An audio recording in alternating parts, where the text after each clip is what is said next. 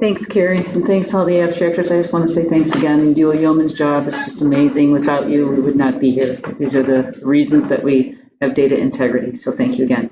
So Andy and I are going to talk a little bit about the 2023 P4P and VBR and QI updates. And the reason I'm here right now instead of Andy is because we have some pretty good news here.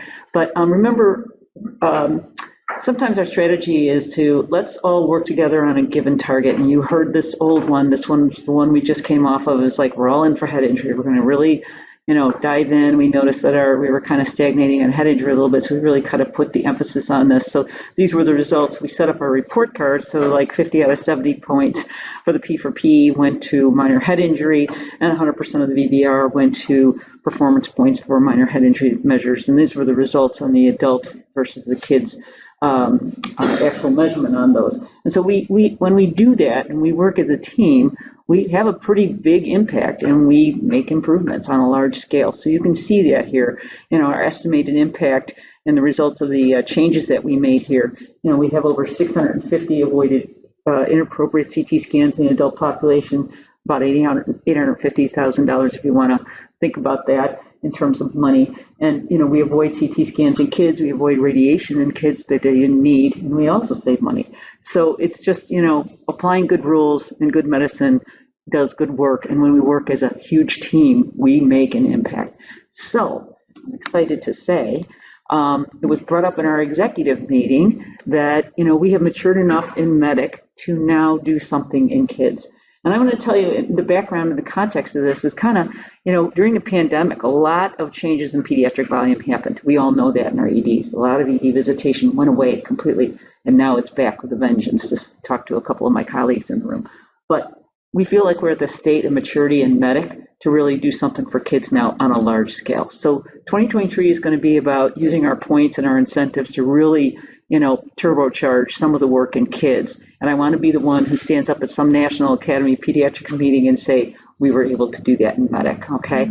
So help me and help our kids in the state of Michigan. But that's why I'm up here usually for Andy Spiel. But medic is the only CQI in the family of CQIs that really is measuring outcomes in children on this kind of a regional scale. So, there's some stuff at stake here, and I think we could do it. We're powered to do it. We collect the data.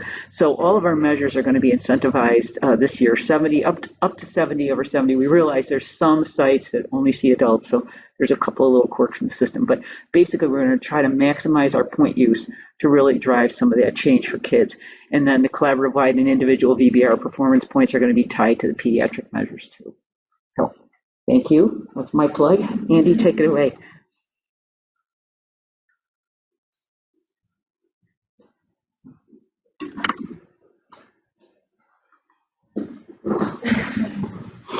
Thanks, Michelle. Yeah, so just kind of reiterate, I think on the all-in, we were really excited the all-in for head injury in 2021. It really worked. I know that was a weird year where we weren't in person, but we made significant increases, and we're excited to try to do the same thing with kids stuff. These are, I don't know. So just to kind of bring home the point too about the kids, as I start talking about these measures, I think what we see with our pediatric initiatives is a big spread. We have some hospitals, not all, the pediatric hospitals do pretty good on these, but there are general hospitals that do really well on these as well. But on head injuries utilization, we see, we have sites at less than 5% all the way up to over 45%. So, and we see the same thing with chest X-ray utilization where, the variation hospital to hospital across the state is pretty significant. So, I'll talk about this a little bit and about how we're going to grade these collaborative measures, but really trying to flatten these curves down is what we're going for. So it's everybody. Obviously some are doing well, but we want to pull everybody down to these actually are both utilization measures, so they're bring the numbers down on all of these. Okay, so this is kind of the things I normally talk about at these meetings, the pay for performance. So Just as a reminder of how we actually do set these targets, this is a collaborative-wide or a collaborative process that the coordinating center does along with the executive committee. So to kind of reiterate Keith's point earlier, having engaged, thoughtful, motivated people in the executive committee is really helpful. This whole idea of All In for Kids was generated out of the executive committee process this year. So, the coordinating center in the spring takes a minute, looks at the data, looks at our previous pay for performance and VBRs, takes input from the executive committee, from the collaborative as a whole to see like what should we work on next, and kind of bring some of those ideas pretty open-ended to the executive committee, work through, what should we work on, how do we assign the points, and then, check the numbers to see what the target should be, to set a scorecard, and then finally that process is that scorecard itself is approved by Blue Cross literally about now. So I will say that what I'm about to present is not quite approved. It's very close, but we'll hopefully have final approval and scorecards to hand out to you guys within the next week or two.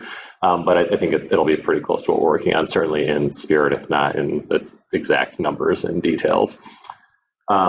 Okay, so kind of a reminder of how, so I guess another step back, pay for performance, this is the money that comes to the hospital that's based off of your scorecard that you get. So for those of you that are more familiar with the process, in January, February, we'll send you your scorecard, say, this is what we, for the previous year, what we think, you got your points on, what you missed points on, make sure that we didn't make any mistakes, and then get that submitted to Blue Cross. So this is a graduated kind of system where it starts out in the first year, you work only on participation, so it's coming to these meetings, getting your data set up, going to, by your third year, you're working your scorecard, your 0 to 100 number is 70 points on performance on our measures and only 30% points on participation. So this is where everyone in this room is at on that progression. We have 4 sites in year 2, our 2 Ascension sites, Borges and Macomb, Oakland, Chelsea Hospital, and Trinity, Muskegon. Everyone else in our full hospitals is in year 3 and beyond. The one thing I did want to point out is that kind of an exciting thing that's happening, it was exciting to me, this year, is that we've got 2 hospitals, My Michigan in Midland and Henry Ford Detroit, who are adding in freestanding EDs into their system. So with Henry Ford, it's the Fairlane, which is a giant freestanding ED, and then in Midland, their new Bay City location. So I live in Northville. Beaumont just built a brand new freestanding ED right on the street from me. It seems like there's a trend towards this. So I think we want to make sure that we have a method in our work to make sure those patients can benefit from this work as well. So the funding, it's a lot easier if your freestanding ED falls under an existing ED, which was the case for Henry Ford Detroit and for My Michigan and Midland. But this is something that we're excited about and we're interested in. And what I did want to say with this is that I think one of the concerns we heard for sites bringing in these freestanding EDs was, if you're a year 3 site and you've got 70% of your points on performance and you're going to start adding in all these cases that have never worked on it, we were able to reach an agreement with Blue Cross where if you add in a totally separate site like this to your scorecard, their data won't count in your performance for the first year. So you can get a year to get them, kind of acclimated to and actually get a baseline to understand where their performance is at. So takes a little bit of the risk at least from a P4P standpoint of adding one of those sites in.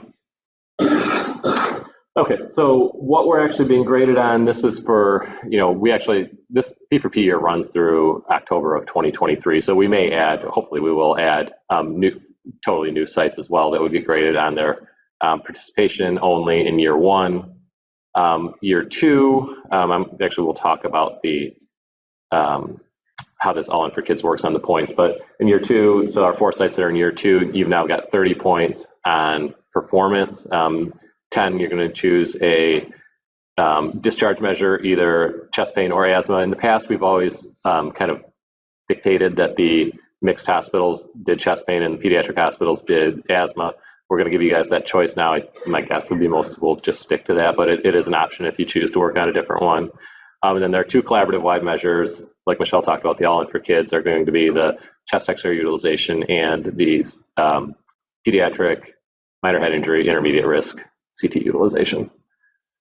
And then for year 3, which is most of you, you've got 2 choices that you need to make. So you'll choose one of, so I guess to take a little bit step back, one of the effects of this transition to all in for kids is that adult head injury has always been one of our big imaging measures that everyone has to work on. So since we made kids head injury and chest X-ray or collaborative wide measures, there wasn't really a space for adult head injury in that big collaborative wide measure. So now, historically, you've been able to choose pulmonary embolism or chest X-ray as your site-specific imaging measure. Now you have a menu of 3. So chest X-ray in kids, pediatric or pulmonary embolism diagnostic yield, and adult appropriateness for head CTs. So you can see the points, 20 points each on these collaborative wide measures, 15 points each on the site-specific discharge and site-specific imaging. And so that adds up to the 70 points. So 40 points of everyone's scorecard in year 3 and beyond will be on these all in for kids collaborative wide measures. So that's kind of the carrot stick, whatever you want to call it, to drive what we're kind of doing here with the all in for kids. Okay, so one thing I did want to talk about is we're going to set the performance target a little bit differently for these all in for kids measures. In the past, what we've always done is take, if there are 7,000, that's not enough, but 50,000 visits across all the hospitals, we just take all of those and lump them into one big calculation. So if it's adult, appropriateness, there's 50,000, CTs, however many of them were appropriate, divided out, that's the appropriateness score. When we do these collaborative wide pediatric measures, I guess problem is the right word. What ends up happening is that the volumes from Children's in Detroit, DeVos, and Mott are so high that really, realistically, none of the rest of you would really matter in the score. You just don't see enough kids for it to matter. So we what we went through and we talked with the executive committee is how do we set up a system that your lower volume hospitals can actually be a part of this and be a meaningful contributor to the data. So what we decided to do was calculate the average of each site's performance regardless of volume. So I came up with just a little example of this. The engineer in me wants to always show the math. So so this is how these are just kind of, I don't even know if you guys can see these, but made up numbers for an initiative that doesn't make any sense. But so in this situation, hospital C sees 300 patients out of the 385 patients that are seen between these 5 hospitals. So, what we would have done in the past, again, add up all those denominators, 385 patients, add up all the numerators, 221, just divide the 221 by 385, and then the collaborative wide performance is 58%. So again, so take hospital B in this situation, for example, if they were to have gotten 7 out of 10 instead of 3 out of 10, that would be a significant improvement, up to 70% instead of 3% or 30%. But I don't know what 221 divided by 385 is, but it would barely move the needle on the overall collaborative performance. So in this new way, what we're going to do is just take that, the percentage column and just get the average of those. So, it comes out to a pretty significant difference. So, this is a pretty extreme example. This is probably not, reality, but just to demonstrate the kind of the idea behind it. So now, if hospital B can make a big improvement, they can really contribute to the collaborative's overall performance. So, there's pluses and minuses to both ways. I think that and we'll see how this goes, but I think what we were thinking with this is let's find a way that, because to be honest, what we hear a lot when we talk about these pediatric measures is, I don't see any kids, and there's maybe one hospital that literally doesn't see any kids, but you see a lot fewer, and we understand that, but we do want to, for this year, drive this engagement towards the pediatric work. So, so we're going to try this out. So, we still obviously need, Children's and DeVos and Mott to, perform well on this, but they will not dictate how we do as a collaborative. It's everyone, all in, everyone will contribute to that. So. Anything else on okay. Okay, so here's what the targets are actually going to be. Again, we are still waiting for our final approval from Blue Cross. So in these So at the top bottom, the two site-specific rows, you'll have a choice here. So you'll choose between chest pain and time to steroids and asthma, and then in the bottom, you'll choose between adult head injury, PE, and chest X-ray. These targets are, just kind of this stepwise. We use this, look at the top performers, get the average of the top performers, and set the targets there. We do, if you remember from our scorecards, you can always get partial points by doing better than you did the year before, but not reaching the target. So this is not totally all or nothing. So all these are, progressions on last year's. It's not, things are working, we're moving forward. But you will see, I think just to point out the difference in these methodologies. So for the chest X-ray as a collaborative wide, we need to get less than 37%. But if you choose that for your own site, you need to get less than 20%. And that's because of that big distribution that we saw of individual site performances. Okay. So that's my P4P talk. Next is the value-based reimbursement. So again, as a reminder, value-based reimbursement is the money that comes to, where it goes. This is money that is paid on the claims that you submit to Blue Cross Commercial. So this is money that doesn't necessarily go to the hospital, it goes to whoever submits your claims to Blue Cross. We have 3 different types of VBR. The first, they're the same as last year, or I guess this is current year. So the first is a collaborative-wide VBR where everyone works together. The second is an individual physician optional one, and then another smoking one. So for the collaborative-wide performance, we're going to just kind of keep this the same, the 2 head injury for VBR. So peds head injury, adult head injury.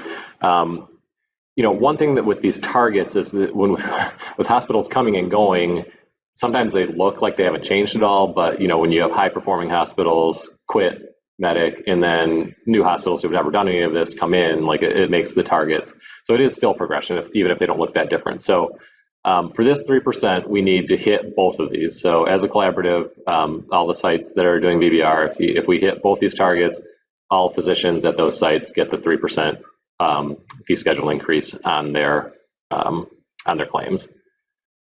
The optional 2% individual physician VBR, we're still working through exactly how this is going to work with Blue Cross, but it's the same idea of what we had this year, is where the physician will have to do 2 things. One, the point of this participation is our idea is that if you're looking at your data, aware of it, that'll help drive improvement, and we want engagement with our registry. So the physician needs to have an account in the medic registry. If you already have one, you don't need to make a new one. And then once during the second half of the year, you need to go in and fill out a performance survey. Relatively easy. Katie will send lots of emails to remind you to do it. And then meet a performance target. So the 2 years ago in 2021, the first time we did this, it was participation only. But this year, as it will be next year, there's a participation target. So we are hoping to let you physicians work on any of our 4 targets. How that'll exactly, we're still working through exactly how you'll know which one you can work on and what the targets will be. I think the targets are set. It's just getting you to choose which one you're going to work on is still a little bit up in the air. So this is optional. You don't have to do it. It's an additional. This VBR is cumulative. So if you get the 3% and 2%, you get 5%. They do add on to each other. And then the final VBR opportunity is the smoking cessation VBR. So this, again, similarly to what I just talked about with the individual physician VBR, it's a kind of progression on the first year. So in the first year, we had 13 hospitals participate. And so the first year, all you had to do was start sending in for every patient, is the patient smoking status, yes or no, and was counseling offered or referred for smoking cessation. In this second year, what you'll need to do is, again, these are still waiting final approval, but our proposal is that you need to have 1 month where, what we proposed was COPD, that 10% of your COPD patients who are also smokers, documented in what you upload, receive smoking cessation counseling or referral for counseling. If you refer them and they say no, you get credit for that as long as you have it documented. So for the sites that are already sending their data, you don't need to do anything new with that. You just need to meet the performance target. And for sites that did not send data in 2022, you can still get this because you only need assuming this is approved, which sounds like it should be okay, you only need 1 month where you hit the target. So, if it takes you 6 months to get your data feed up and running and you get everything in there, then you'll have another 6 months to start actually doing the performance work to try to get the improvement. So we measure this on the site level. So if you're, for example, Sparrow is sending it this year. So since they sent it, all of their qualifying VBR physicians will qualify for this additional 2%. So if we meet our collaborative goals, you do the individual goal, and your site does smoking, you can get up to 7% fee schedule increase on your Blue Cross commercial TPO claims, which probably means different things to different people in different parts of the state. So that's what I've got on that. Questions? Yeah. 2% physician optional before the smoking cessation one? Yep. Is that measured site level or individual provider level? Individual provider level. Yep. So if you have got 20 on your staff and 10 do it and 10 don't, the 10 that do it. It goes by MPI. So we submit the MPI list to Blue Cross, and they know which MPIs to give the additional funding to.